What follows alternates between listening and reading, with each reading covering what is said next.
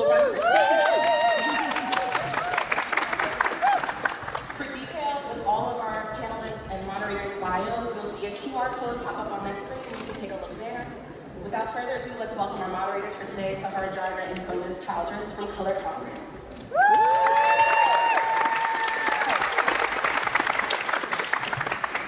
Hi everyone, my name is Sahar Driver. I'm co-founder and co-executive director of Color Congress alongside Sonya Childress. And hello. Oh my gosh, you guys look warm, but beautiful, glowing, listening. My name is Sonya. I use she, her pronouns, and I am the co-director as well with Sahar Driver. I'm a black woman wearing glasses, locks, and a black jumpsuit. And I should say that I'm a Iranian American woman, Middle Eastern features, long dark hair, and wearing a black skirt and a tan top. So what an honor it is for us to be hosted by one of our favorite member organizations and festivals, one of the premier, most beautiful, family-friendly, gorgeous, beautifully curated, and thoughtfully arranged festival, Black Star Film Festival. Let's give the festival workers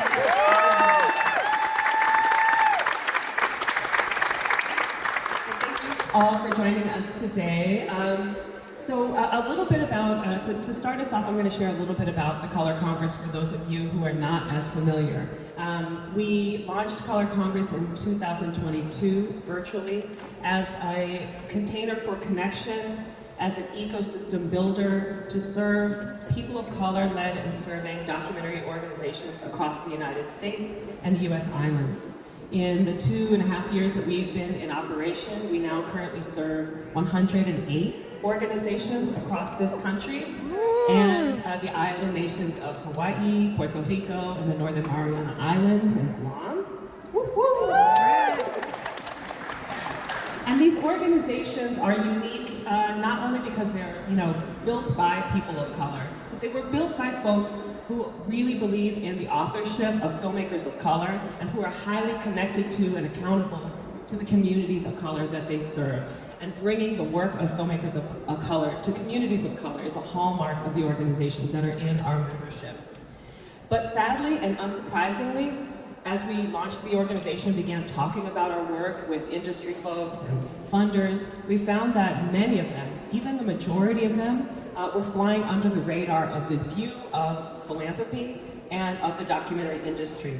So this year, we released a report called People of Color Documentary Ecosystem, Engines for a New American Narrative, as a way to make visible the contributions of these organizations, to talk about who they serve, how they serve them, what is their relationship to the documentary form, what is their relationship to the documentary industry.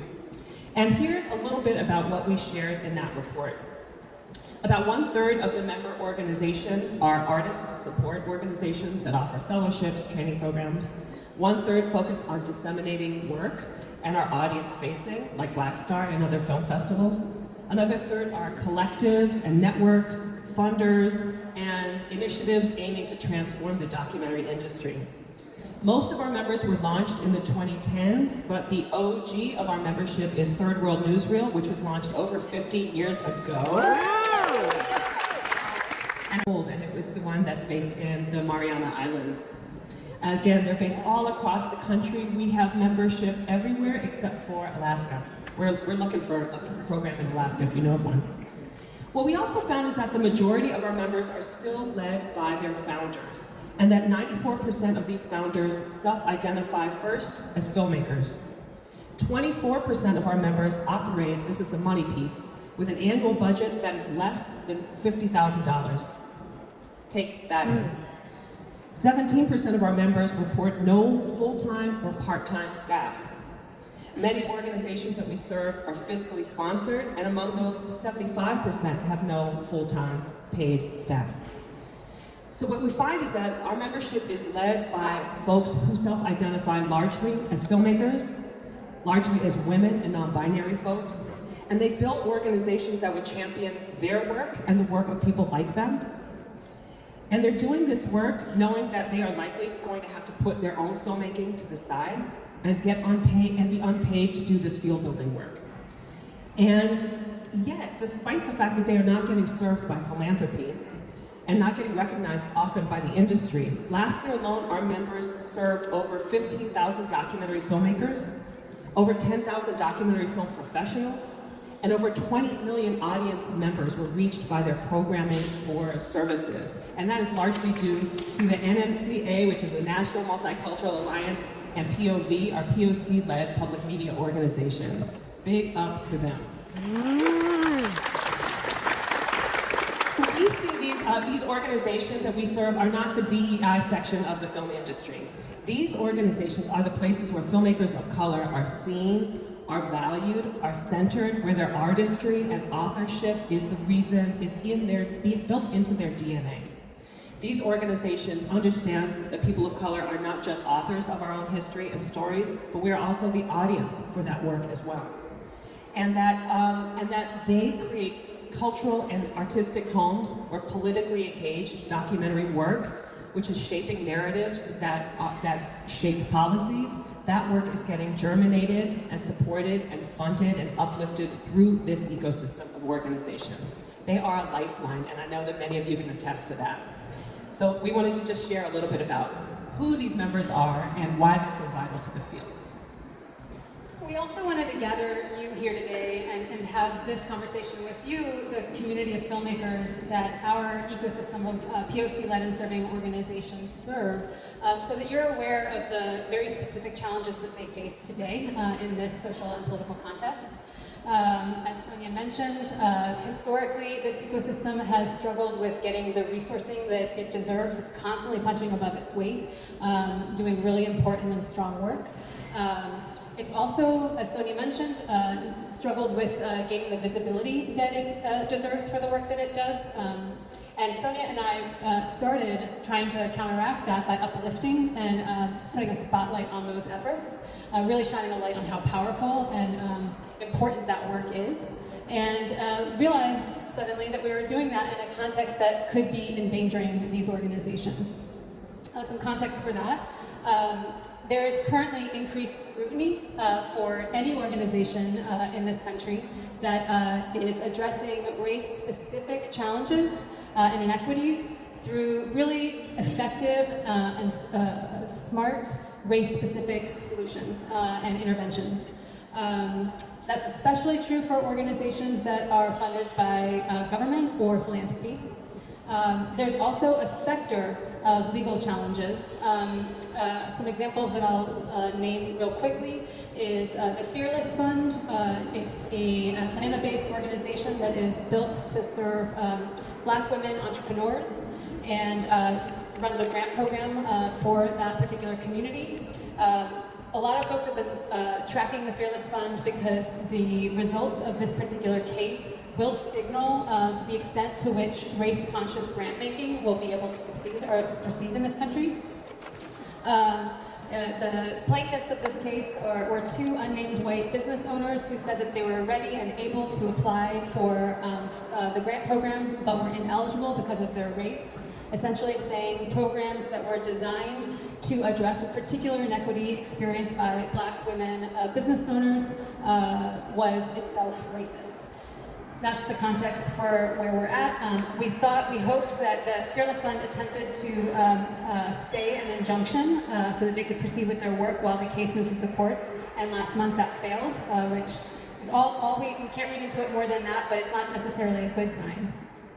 I'm sure lots of folks in this room have been following that.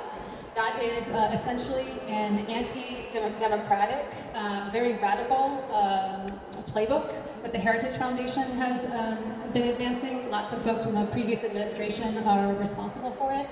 And it aims to do a number of things, including rolling back civil rights protections in this country. It's been targeting DEI programs, targeting programs that are designed to ensure the rights of LGBT communities in health, education, and the workplace. Also, as Sonya mentioned, public media is an essential part of this ecosystem, and it aims to dismantle public media. In addition, the organizations in our ecosystem are struggling with pressure to remain silent on Gaza. All of this is having a chilling effect on philanthropy, on philanthropic investment, It's also threatening philanthropic disinvestment as funders who are attempting to protect themselves are now reviewing funding portfolios and funding focuses. And their grantees or prospective grantees and other nonprofit organizations are also reviewing, feeling the pressure to review their own language and neutralize it. So that's the context for the conversation we want to have today. And we wanted to introduce you to a few panelists that exemplify the powerful work that this ecosystem does to support really courageous and bold filmmaking that is coming out of the filmmaking community.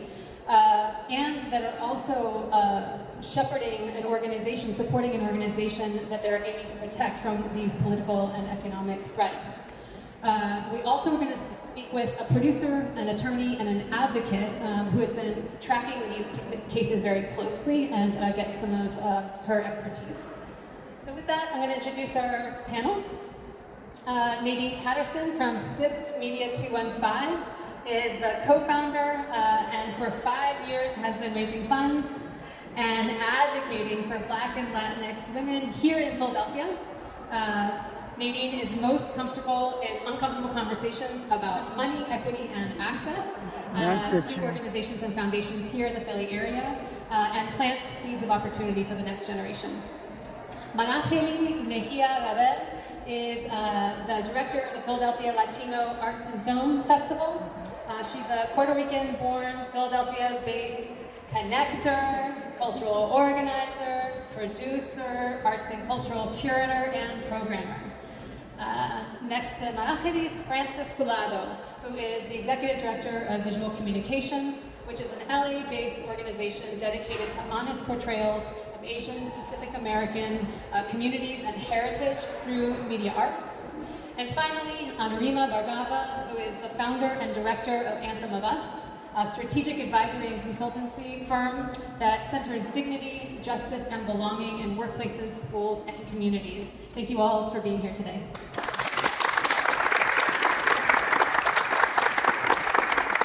So let's get into it. The champions of your filmmaking are on the stage, so many of them. So Nadine, let's start with you, dear. Hi. So SIFTMedia, as Sahar said, is a collective of Black and Latino women filmmakers in Philly. Talk to us, paint a picture of the women filmmakers that you support, the kinds of films that they're making. Are they making overtly political films? Do they see their work in political terms? And if so, what are the barriers that they're facing to making that work today? Well, thank you so much for inviting me and all of us here in this wonderful panel, and thank you to Black Star. I think the work of Sisters in Film and Television is political because it's human work. It's very human. And it's hard for mainstream media to understand that Black and brown people are not always in traumatic situations. They're not always involved in violence, in incarceration, in poverty. And even if they are, we are never portrayed as being the heroes in our own stories. We're never portrayed as being the people who can transform and change the situation that we're in. We're always needing a white savior. So in these narratives, again and again, there are Black films, quote unquote Black films, written and directed and produced by white people. So our goal is to change that. Last night we had a powerful event where we showed 8 wonderful films called Good Grief, all directed by women of color. All except for one had a DP that was a woman of color, and edited by women of color. And when you see that on a stage, it's mind-blowing because we're used to seeing white guys all on the stage at a film festival. White guy number 1, 2, 3, 4, 5, 6, 7, 8, maybe a white woman or a gay person, but never all Black women. And that was a first for many people to see and witness last night. And I want to give a shout out to Ray Shaw, who did a wonderful piece called In Memory with Dominique, who's a wonderful poet. I also want to give a shout out to all the founding women of Sisters in Film and Television. Yolanda Johnson-Young is also here in the audience, and Leanne is our social media person. But these human stories are just not seen. We had a project last year called the COVID-16-19 Project, and we had to deal with a wonderful public TV station here in Philadelphia with a wonderful programmer, a woman of color, and when she left, that deal fell through. The new programmer had no interest in showing our COVID-16-19 film. We had formatted it for public television. It ran 28 minutes, 4 stories, all under 10 minutes in length. And we could not get the time of day. We were told that, well, it's not topical anymore. It took us 3 years to make that film. We started out with a wonderful grant from Independence Public Media Foundation. Thank you very much. But that was a $20,000 grant. We pitched our idea to the Lindfest Foundation. Yes, I will name names. And we applied for $100,000 to get that grant. And if we had gotten that grant, we could have made that film within a year. But because we were operating on a shoestring at that time, it took us 3 years to finish the film. And by that time, HYY, I thought it wasn't relevant anymore. To pay filmmakers and to complete a film in a timely fashion is essential for our work. Now with the Good Grief Project, one of my friends last night, I think it was Nan, said, well, this is an evergreen project. We are always dealing with grief, right? So it will never run out of fashion. But the beauty of those films is that they're all visually stunning. I mean, visually stunning and different, powerful pieces. One piece deals with food insecurity. Another piece deals with a woman who lost her fiancé. And actually 2 women lost their fiancés and were recently married, right? People have dealt with grief of parents in these films. So it's just so wonderful to have a well-funded project funded by IPMF, who gave operational support for the staff so I could work on the project, right, as executive producer, so that Nikki Harmon could work on the project as a producer. And so that is important to have that operational support from foundations. Then we sought additional money from the William Penn Foundation and got a $75,000 grant from them in November. And that enabled us to complete the film by yesterday.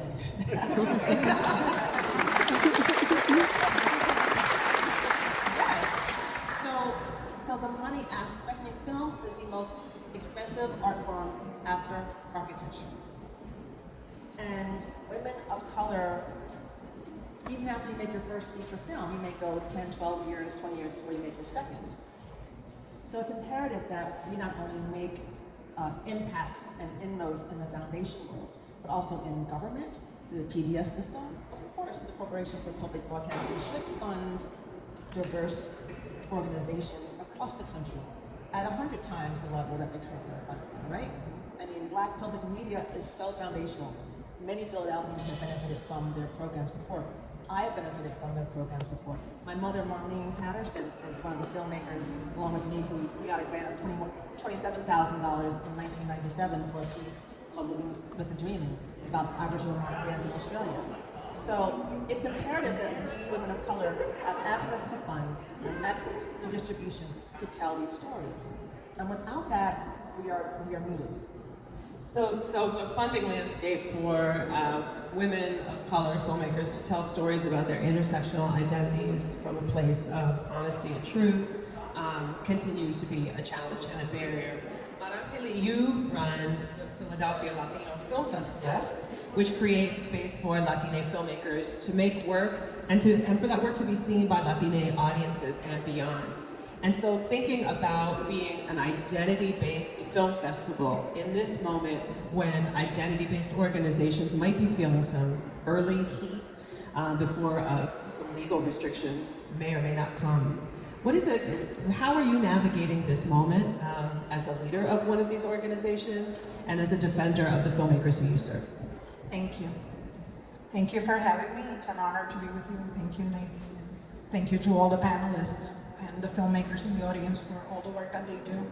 I think that for us, the priority number one is not to be bitter, but to keep an open heart and open mind, show people some grace and compassion, right? Understanding that they're difficult times, and stay open and nimble to adapt, and to build the power and be centered and grounded on the power of community.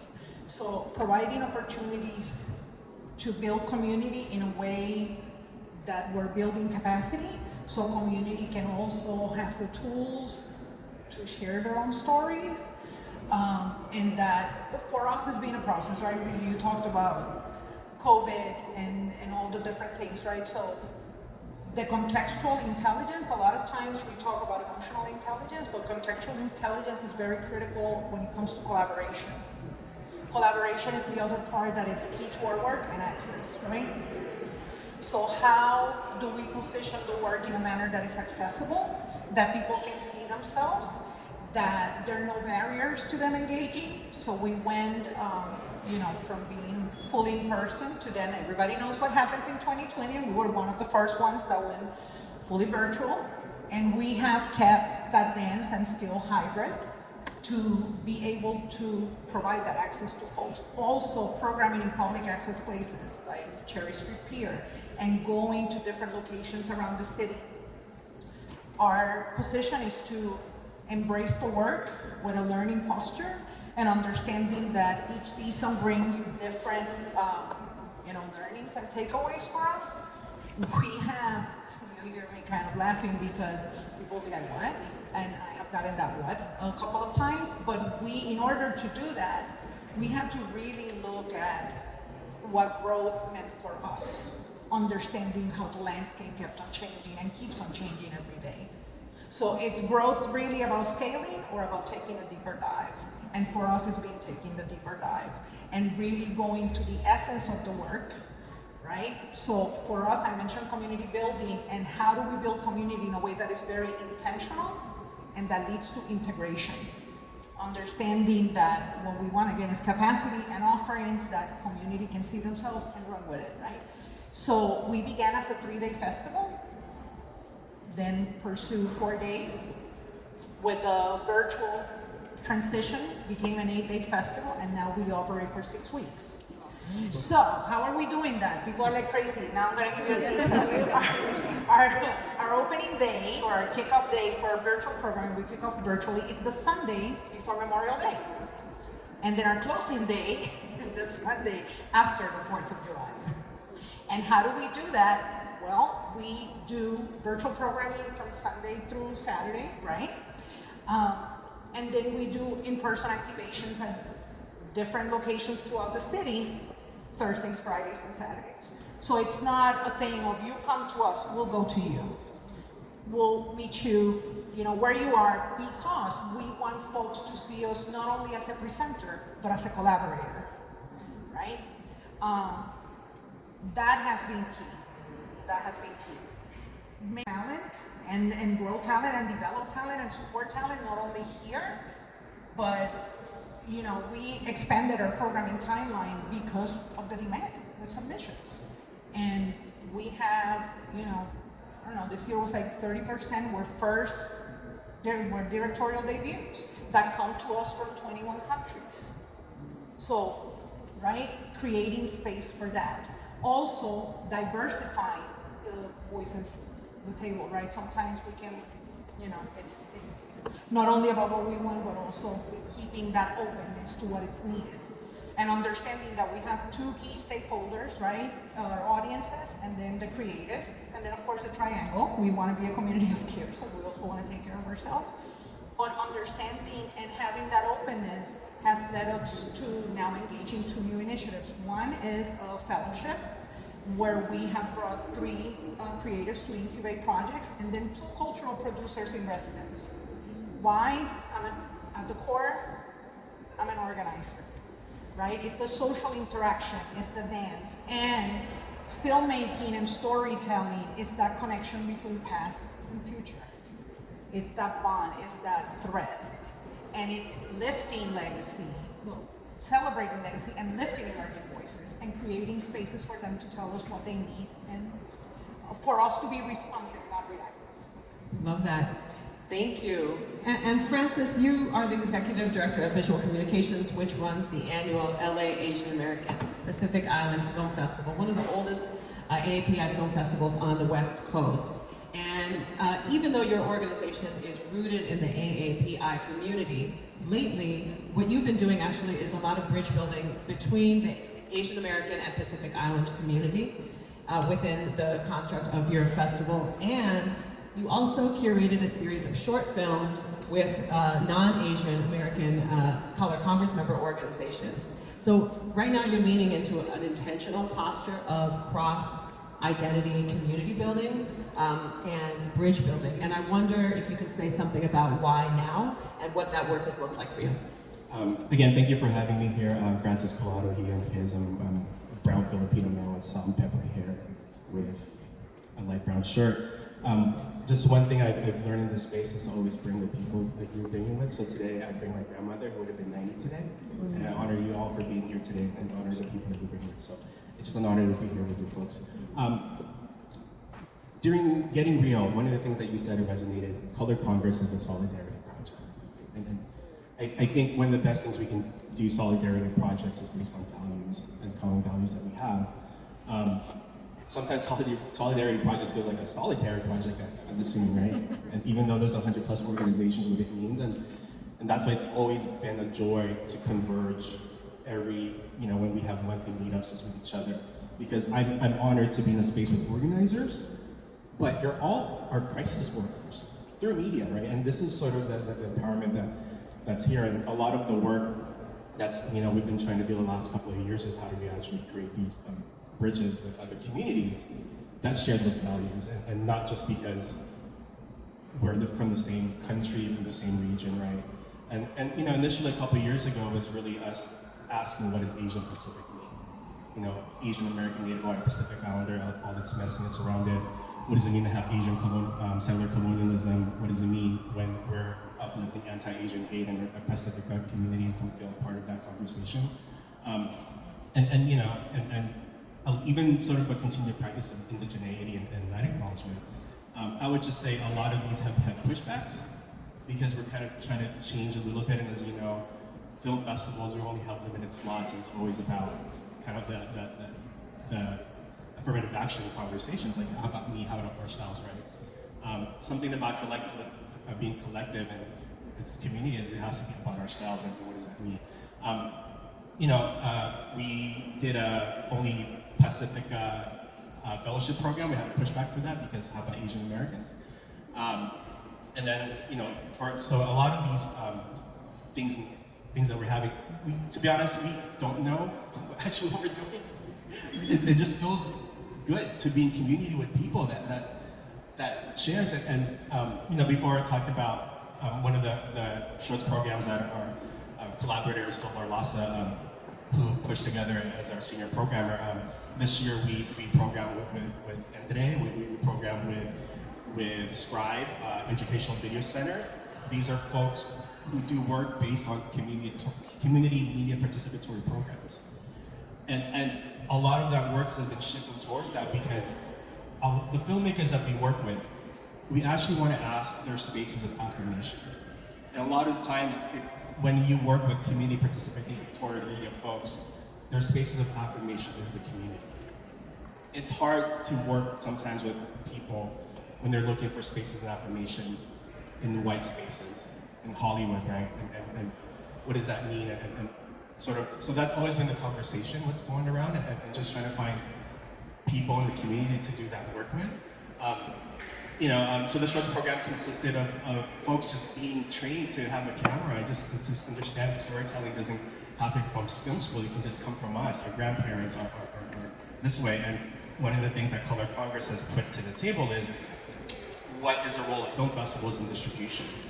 Are we just distributing so we can get mainstream play, or are we actually distributing these stories from the ground? And those are the things we wanted to look into. Hopefully, wish we had more money was actually bring the filmmakers out and everybody to fully support that and resource that.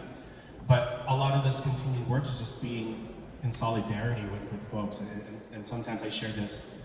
The work, sometimes you feel stuck. All the things that you mentioned earlier, it's there. And thinking about this new engine, thinking about this method of a flywheel, what does it mean to keep something going that's light? But imagine this flywheel with 100+ organizations, how heavy it is to push. But when that gets going, it just sort of has this momentum, right? So, those are the things I wanted to share as part of a learning experience of being part of this group the last couple of years, and just learning from collaborators with you folks has been an honor that I have. Thank you. Big up to Francis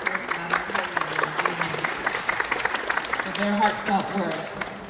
So we're going to bring our fourth voice into the conversation, and Anurima actually has a film out now. Anurima is a filmmaker, you are a producer and a director, and you are deeply invested in the film world.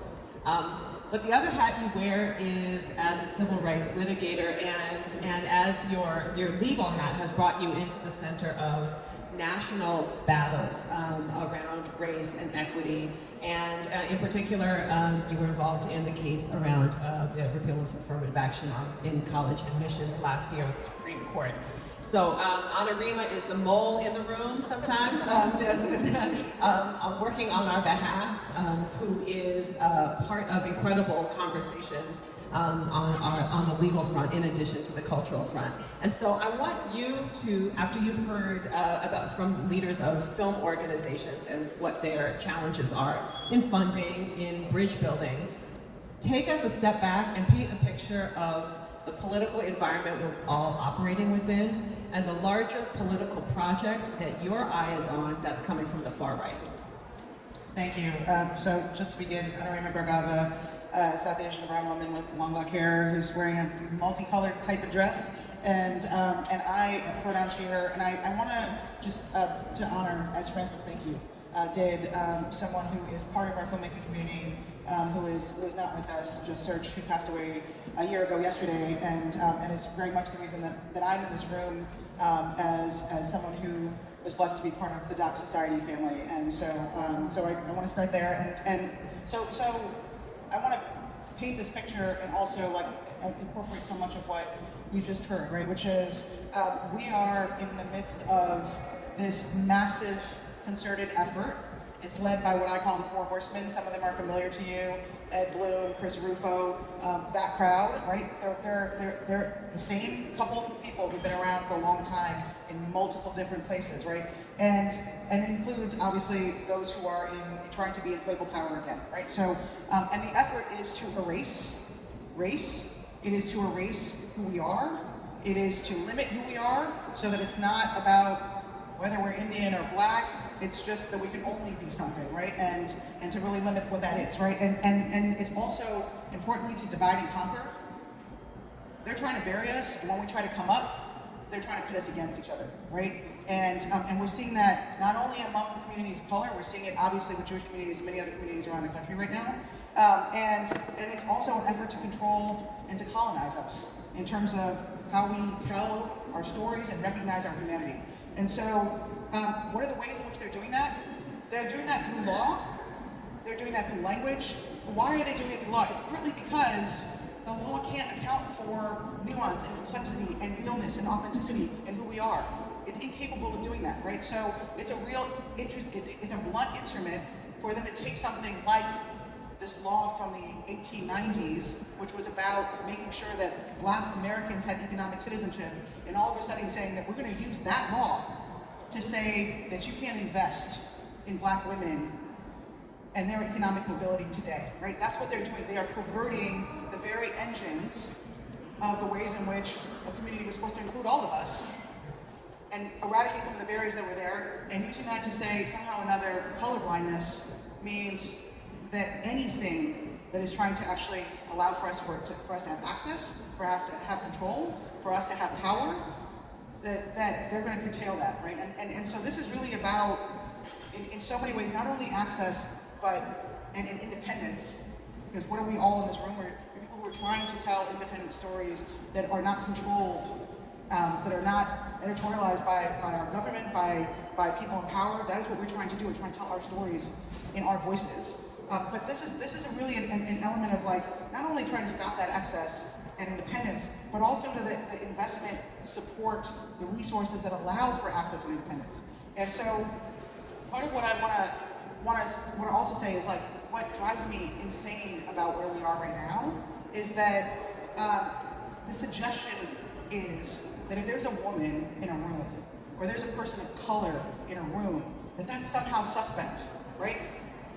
What is that? What is the message that's being sent? The message being sent that the only thing that we should have is investment in white men, right? That every boardroom, every workplace, any leadership structure should be white men. And if there's anything other than that, they're calling it suspect, right? They're putting it into question. We're wondering whether or not we're qualified to be there. And so why don't we stop being on the defensive, right? And I want to spend some time talking about this. Stop being on the defensive and try to prove out what we know to be true, which is that when we're around, things are better in every way, right? Why don't we stop? And so let's get off of the defensive and stop letting them suggest that them in a room by themselves has led anywhere good, because look at where we are right now. We are in a country that is more divided, that is more a place that people are more oppressed, that we are economically not in a place that we need to be than we have been in decades, right? That's where we are. And the project is one to continue to divide us. And so, all white spaces are not good spaces, you know? All male spaces, not good spaces. And so I think that's the project that we are trying to deal with, right? And I'm more than happy to talk about the way that the legal piece of this has come, but I want to be really clear about a couple things, right? The law has not come for us yet, right? The law has not come from the ways in which all of you are creating spaces and investing in each other and funding each other and telling your stories. They want you to believe otherwise, right? Because the way in which they work is through fear. I've been on the other side of them for the last 20 years of my life, right? They will send the same letter, a form letter, to every school district in this country saying, hey, your mentorship program for Native American kids or for Black kids, you need to get rid of it. It's the same form letter. They haven't looked at how it operates. They haven't looked at how it works. They don't look at what it is that's trying to benefit. It's just the same letter, right? And we're all scurrying away in fear. So why don't we get out of a place of defensiveness, out of fear, and into a place where we understand that the way in which we're doing things is benefiting not everyone in this room, but all of us.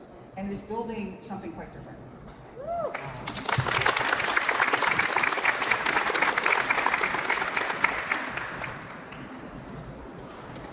We wanted to turn the mic to you all now.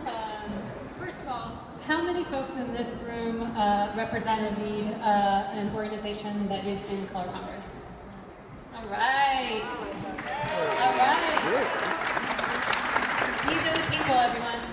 And for the filmmakers in this room, we want to hear a couple things. One, if you could share out in this space the importance for you and your career of having organizations that have really been attentive to your unique identity and experience, what that's meant for you, what it would mean for you to not be able to get that kind of support, or for the people that are coming up behind you to not be able to get that kind of support. We also want to hear, you know, Anurima's invitation was like, we want to get mobilized, we want to kind of start, not be afraid and start using our voices in various ways. Do you have ideas? This is a room full of super smart people. Do you have ideas that you want to kind of put out there of ways that you'd like to see our voices be used and heard?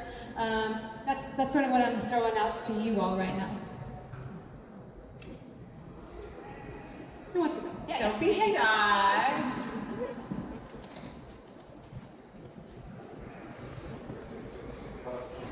Yeah, it's great. I'm not a filmmaker, but I do work in a nonprofit that produces media content, radio shows, television, and we develop programming to really champion behavior change and address harmful social norms. On the topic of funding and kind of intersecting with what Maria said, we're in this weird space now where we're spending a lot more time trying to appease funders who say, you can't say this, you can't say that, you can't be too inclusive, you can't talk about abortion, you can't talk, etc. So question is, what are some more non-traditional funding streams that you all have seen be successful or maybe are emerging that we could more lean into? Does anybody else in the room have an answer to that question? I mean, I can start the conversation. I can jumpstart. We had a conversation about this just this week with our membership, and I think the moment that we're in is taking us to the edges of what 501c3 status can do for us, and taking us to the edges of what philanthropy can do for us. And I think just like it's taking us to the edges of what electoral policy work can do for us in organizing, right? And I think what I'm seeing is that the C3 status is a benefit and is getting people paid in ways that they wouldn't normally have been paid. And philanthropy is stepping in to support some cultural and creative work. And all of that comes with strings. And right now the strings are looking like ropes. If you talk about Gaza, if you talk about, if you talk specifically about Trump, if you talk about, and then the list goes on. And the fear that Anurima is speaking about, that is, coming from the specter of the Fearless Fund, which may, in the future, make it illegal to have race-based grant making and funding. That fear is starting to close philanthropy down. Just the specter of it is closing, or is being used as an excuse to maybe we should pull back from this funding. So I think what this clarifying moment is doing for me is reminding me that of the limits and the boundaries of what these institutions and structures are, where they're beneficial and where they are harmful, and how we have to maneuver around them. So that question about how do we resource this work outside of philanthropy, I think what I get excited about is not just a Kickstarter, because a Kickstarter is going to kick your butt to do, right? But the idea about resourcing this work from community is not a new idea, right? I think we pulled ourselves away from it when philanthropy stepped in. And I think we're seeing that philanthropy is coming with strings, and we have to divert. When we think about diversifying, it's not just like, let's sell some things on the side. Let's engage our members and our community in a different way. So I think there's other models that have been around that we have to remember and go back to, is one offering I would add to the conversation, but I hope others have ideas. Yeah, I just want to throw out the idea, for one thing, for SIFTMedia 215, I would like to see us generate half of our income through services and through content distribution, and not rely 100% on philanthropy like we have been. Philanthropy has been our startup capital, and we have raised over $860,000 over the past 4 years to have a staff, to have an office and equipment. I think one thing, if you take a page out of Philadelphia's history, you look at the Sullivan Principles, and you look at Leon Sullivan and this OIC program. And then you also look at his 360 program, where they built the first inner city mall in America in North Philadelphia, where I grew up. I'm from Nicetown, Toyota. Shout out to Nicetown. And members like my grandmother gave $10 a month for 36 months to fund the first urban mall, shopping mall. So we have the power collectively if we work together. I've always believed that if African diaspora people and Latinx people and Asian people of the diaspora linked together in America alone, we can rule Hollywood. We have the audience for our work. I know Good Grief, which was spearheaded by the wonderful poet Ursula Bucker, based in Philadelphia. Her workshop created 18 poems, 18 poets, and 8 amazing films, which an audience like you, I know, would love to see. So we have to go around the gatekeepers directly to you. Models will come up just as a reflection of capitalism. And it sounds like a question on the grant application. What would you do once we give you money afterwards to sustain yourself? But I just want to echo the community, right? And we have, from a BIPOC community, a cultural exchange of currency that's not just money, of relationships, and how do we come in for each other at different times, right? And whether you pull monies or different things based on those. And as was said earlier, I think that's within the structure of philanthropy that's becoming ropes. I have a funder that's willing to give us money, but we have to focus on Asian American entertainment. What does that mean, right? In terms of having to balance these things. But as a nonprofit, I still have to figure out how to pay staff. I just sort of want to, the word of fear that's been put up here, right? It's always a fear. We're always afraid because we're always fighting for our existence, right? Not, for the last couple of years, it's like we're just fighting for progress. We get to, come here. So enjoy this festival, not just for the truth of our stories, but for our dreams and nightmares that's being presented on the screen. And sort of this time that's sort of fearful is because we have to just fight for basic existence by just living. And that sort of hopefully gives a little bit of energy to sort of the collectivism that's trying to happen here. But I think if we were able to give you the answers, I feel like we solved capitalism in a way, or all these different things, and how to do that. But I just want to, I think one key word, I was always told the water is not a resource, but as a source. And how is the community resource the water and not take away from it? And how do we, that sort of values has sort of been just what's been permeating here. It's been great to be part of. Just want to quickly offer kind of a blend of the two. It's the power of community and also the fact that we gotta look at ourselves and really assert ourselves and celebrate and lift each other and our talent. But Nadine talked at the beginning of the conversation, she mentioned the uncomfortable conversations. Those not only happen with funders, those also need to happen with community, right? With ourselves.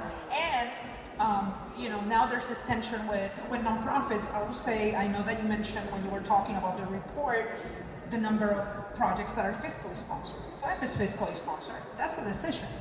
Because we want to be part of a community of arts and culture and heritage projects and understand that the importance of solidarity, the importance of sharing resources, the importance of learning from each other.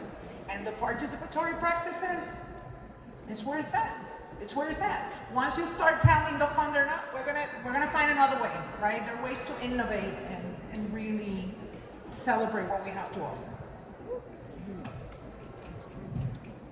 I don't have great contributions to the moment of how we do this differently other than what's already been shared, which is, in some ways, let's honor how our ancestry and our traditions in a different way, which is, a friend of mine told me the other day, we were talking about him growing up in poverty and how in his family in Morocco, like they would feed anyone who was coming in even though they didn't have enough food for themselves. And he looked at me and said, we share what we don't have. Right? And I just think, I've been thinking about that so much, which is, the ways in which not only is divide and conquer coming from all these forces in America today, but it's coming from the very ways in which we fund and distribute, right? Which is, like, it just reinforces the idea that we are, like, pitted against each other. And there's ways in which, like, in these spaces, in this place, Black Star has been a place of such joy, right? And doing things in a different kind of way. So I hope that we can actually tap into that and realize that we're also doing it to ourselves, right? And it's because we're in a space of scarcity. So, right, like, part of this is how do we get out of this feeling of scarcity all the time and in a space of, what is it, like we are worthy, right? We are worthy and we are rich in so many ways. And what are the ways in which we can tap into that in terms of how we end up moving forward? Look, it's a really tough time, right? Like, even, I'll just give the example of the Black entrepreneurs. The money going into Black women entrepreneurs went down 70% in 1 year at the moment that this case was coming up, and you're like it's already shrinking, right? And then you gotta deal with someone telling you you're not worthy to invest in, right? So I understand the context we're in, but there's ways in which our language, the way we see each other, and the way that we engage with one another can mirror something quite different than what we are getting from the world. I also want to add that we have a lot to learn from our Native siblings who have been leading the charge, and we should be collaborating with them as well. Any other comments or contributions to the conversation we've been having? Yeah. In the back corner over there.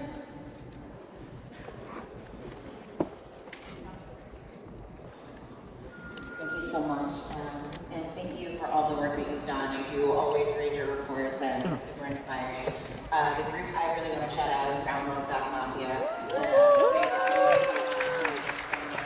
I mean, for the last 5 years, they've offered some tangible help to me on my film, whether that's connecting me with other great creatives that are a core part of my team now, or offering us pitch sessions with major networks, and also just taking our ideas and bringing us together. And they've done so much. I can't say enough good things about them. As far as suggestions, I think one place that we can build, which is what I try to do with my film to kind of circumvent the film grants I'm not getting, is community organizations. And I think that because so many of us are always screening our films in different stages for the community, that's something that we can actually talk about more and try to get them to come along to.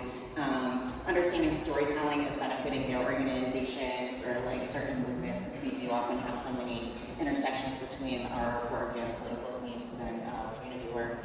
The only other thing that I want to say too is I don't want to say like we should give up on funders entirely. I don't think that they're going to make changes anytime soon in film funders, but one idea that I like to offer is I would love to see film funders complete the core application and post it to their website, because I want to know, how are you helping us make our films more accessible? What steps are you taking? Do you think you're going to offer a caption grant? What steps are you taking to care for your community? Because here's what I'm doing with my body and my time and my money. So, like, how are you going to connect with each other? What steps are you taking to offer feedback to someone in the future? How are you lifting up finalists that have made it to the 1% but didn't get money from your fund? And I think that by introducing that transparency, they might not change, but we can have other levers to push for the things that we want to do. See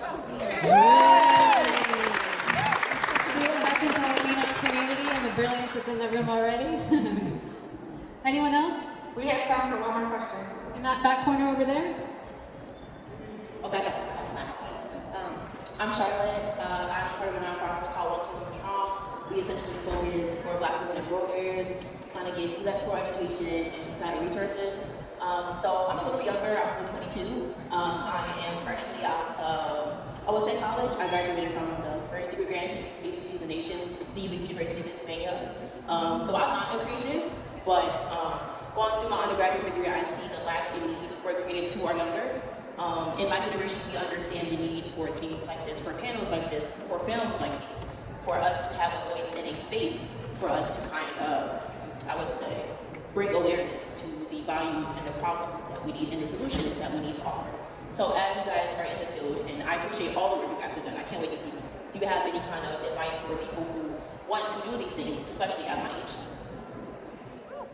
There's a way in which, what we've seen on college campuses, what we've seen in movements, what we've seen in the ways in which stories are being told, that the 22-year-olds are showing us the way, right? And so, and unfortunately, right, what's happening? We're targeting, gaslighting, and arresting instead of actually learning and trying to understand what's the ways in which we can build community in different ways. So what I would say is like, the ways in which we can uplift and support and invest in how it is that you're doing what we're really struggling to do in terms of building communities of dignity, of justice, of worthiness. Like that's the part that I think is critical and essential right now, and sadly heartbreaking that we're just not doing it.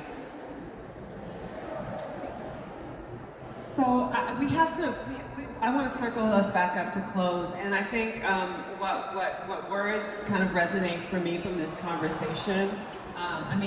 We kind of say we got us, but if you really think about kind of the wisdom that I was hearing from this panel, it's that when we turn to each other and not against one another in this moment, when all of the forces, both political and economic, and our muscle memory says protect yourself and protect your own, the positionality to push yourself through that and to turn towards your kin, whether your kin look like you or not, whether your kin come from the same nation space, gender space, all of that, and to think about not only turning towards one another in this moment of really existential crises. Not to end it on that note, but we are facing existential threats right now. And the fear is here for a lot of us, right? It's here when we walk on the street, it's here on our social media feed, we hear the fear in our families, and we see it in the industry as the industry is turning, in on itself. And so that fear impulse tells us to protect, right? And it's counterintuitive to open our hearts in that moment and turn towards one another. But when we turn towards one another, such beauty and power can happen, and then we see ourselves. We see not only the power that we have, the ancestral knowledge that we carry, but also the resources and the sources of wealth in all the ways that we define wealth that exist within our communities. And we see our power to challenge, as Sis said, as you said out there, challenge the systems that are asking us to stay in a box. So that is kind of the energy that I'm being buoyed from today, from this conversation. And even though we're going to have to close this conversation now officially with the camera, we can stay in the room for a lot longer. So we would love to keep generating ideas and solutions with this really powerful group of folks who are in the room with us today. But first, I want to thank our panelists for their brilliance. I want to thank Black Star.